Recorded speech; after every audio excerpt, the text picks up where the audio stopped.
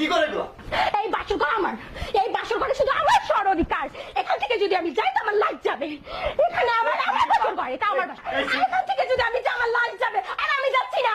এই সুমিটা পাগল হয়ে গেছে। আমি পাগল হয়ে গেছি। তুই কি পাগল হয়ে গেছিস? আমি বিয়ে করি না। আমি বের হবো না, এটা আমার বাসর ঘর। এই অধিকার শুধু আমার, আর কারো নয়। এই অধিকার তোমার, তাই না? হ্যাঁ, আমার, অধিকার আমার। তুই কিসের অধিকার? আমার অধিকার। শোনো, আমি যদি যাই এখান থেকে আমার লাজ বের হবে, আমি বের হচ্ছি না।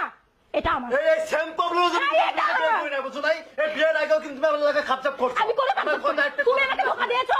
আমি বোকা ছিলাম বলে আজকে আমি বোকা না, আজকে আমি এখান থেকে নামছি না। একবার তুমি তো একটা বিয়ে দিয়ে পাগল একটা হ্যাঁ, আমি মেন্টাল। আমি পাগল হয়ে গেছি তোমার জন্য। হ্যাঁ, তোমার জন্য পাগল হয়ে গেছি।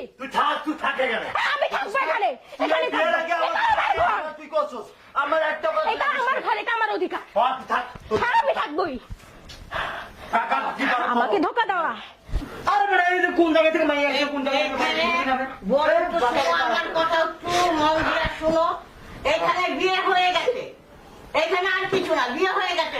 তুমি আমি মানি না, আমি মানি না, তুমি তো আমাকে বলতে পারতা, আমি মানি না। আমাকে বলতে পারতা যে আমি ও বলছে আমি পরিবারের সাথে কথা বলছি। না, বলো ও নাই। বলছে না, বলে নাই। সেটা তো আমি কি করব? তুমি তো জানা উচিত ছিল তোমার।